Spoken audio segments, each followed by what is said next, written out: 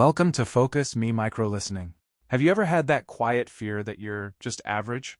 Like you're doing fine, you're getting by, but you're not really tapping into what you're capable of. If that hits close to home, you're in good company. Today I want to walk through a powerful idea from Robert Greene's work on mastery. Greatness isn't something you're born with. It's something you build on purpose over time. And that's actually good news, because if greatness were purely genetic, most of us would be locked out from the start. But Greene's message is the opposite. The people we admire didn't simply have it, they cultivated it, step by step, by finding what they were meant to do and then committing to a process that looks a lot less glamorous than most people assume. So in this episode, I'm going to break it down into 3 practical frameworks. First, discovering your calling. Second, going through the apprenticeship phase. And third, developing social intelligence so your skills can actually land in the real world. Let's start with the first framework. Discover your calling. Greene uses the idea of a primal inclination, which is basically your natural pull towards certain things, interests that show up early, long before you started trying to impress anyone or chase a resume. Here's a question worth sitting with. What did you love when you were younger, before you talked yourself out of it? When you were a kid, what could you do for hours without being forced? What were you obsessed with? Building things, drawing, taking things apart, telling stories, competing, organizing, performing, exploring, solving puzzles. That childhood trail matters because it points to your internal compass, what energizes you instead of draining you. And the big point here is that mastery becomes possible when you align your work with that inner spark. Not necessarily in a naive way like quit everything and follow your passion tomorrow, but in a strategic way.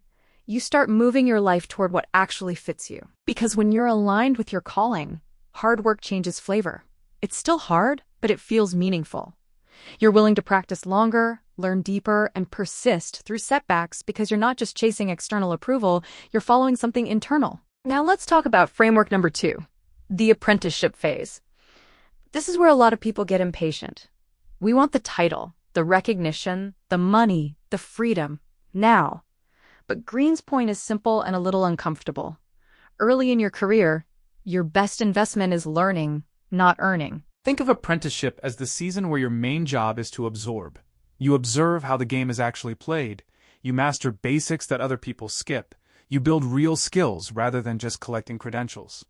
And you experiment, not randomly but consistently, so you can transform yourself from someone who has a job into someone who has genuine expertise. A helpful way to frame this is, don't confuse motion with progress. You can be busy and still not be getting better.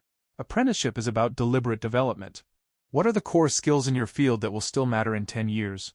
What fundamentals would make you dangerous in a good way if you truly own them? And here's another key piece Greene emphasizes. The future belongs to people who combine skills creatively. So as you learn, don't just stack knowledge, look for connections. If you have one skill set in communication and another in data, or one in design and another in psychology, the combination becomes your edge. Most breakthroughs happen at the intersections. So during apprenticeship, you're not only practicing, you're building a toolkit. You're gathering parts that you'll later assemble into something uniquely yours. That's how you stop competing in a crowded lane and start creating your own lane. Alright, framework number 3, social intelligence. This one is huge because mastery doesn't happen in a vacuum. Even if you're incredibly talented, you still live in a world controlled by people, relationships, perceptions, and group dynamics. Greene's approach is to treat human nature like something you can study, not in a cynical way, more like a science. You learn how people respond to status, how insecurity shows up, what motivates different personalities, how trust is built, and how conflict escalates. And if you've ever wondered why someone less skilled gets more opportunities, social intelligence is often the missing explanation. It's not always fair, but it's real. Your ability to read a room, communicate value, collaborate, and navigate power dynamics often determines whether your talent gets recognized or whether it stays invisible. So ask yourself, do you understand the people around you as well as you understand your craft? Do you notice what drives your boss, your clients, your team? Do you know when to push and when to listen? Can you take feedback without spiraling? Can you build allies instead of collecting rivals? When you combine skill mastery with social intelligence, something changes. You stop hoping people will just notice your talent, and you start positioning your talent in a way that others can appreciate, support, and reward. Let's pull all 3 frameworks together. Mastery starts when you find your calling, your authentic pull. Then you commit to apprenticeship, deep learning, fundamentals, experimentation, and skill combination. And finally, you build social intelligence so your work can thrive in the real world of people and relationships. If you take one thing from this episode, let it be this. You don't need to be born extraordinary to become extraordinary.